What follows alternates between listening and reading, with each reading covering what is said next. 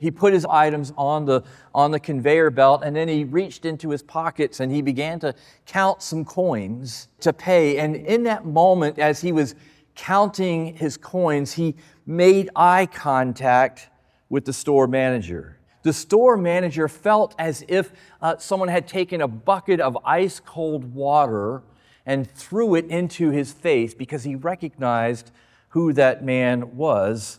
Behind the gruffy beard and mustache was his lifetime buddy named Tommy. But the two of them, who had been lifelong friends, had become rivals, because over 10 years ago, Tommy had begun to spread lies about this store manager. So the manager stood frozen for a moment. Every lie, every betrayal, the times that he went to the banker to beg for a loan, all of that came rushing back. He had this opportunity right smack there in the middle of that grocery store. He could humiliate him. He could finally settle the score. But he stood there silently. He bagged the groceries. As Tommy walked past, he said, "Have a nice day." And then as he left, he went to the cashier. The store manager went to the cashier and said, "Does he come in here often?" Because he hadn't noticed him. And she said, he comes about once a week. He said, "Then I want you to tell the rest of the cashiers that every time he comes in to buy groceries, tell him the groceries are paid for. It's already taken care of.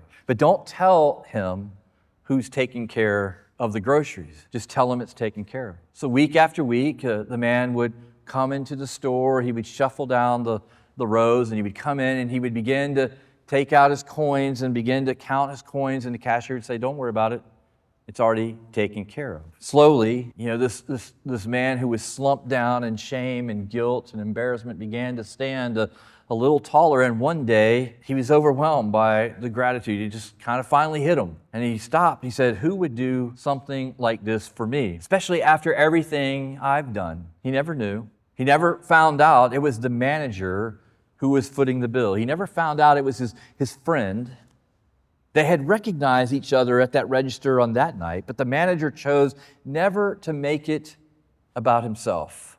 His generosity wasn't about gaining recognition. It wasn't about drawing awe to himself. It was about pointing to something greater. And that's what generosity in the kingdom of God looks like. We don't give so that people will clap for us. We don't forgive so that we look noble and honorable. We don't honor so that we're praised and lifted up. We do this because we are in awe of God.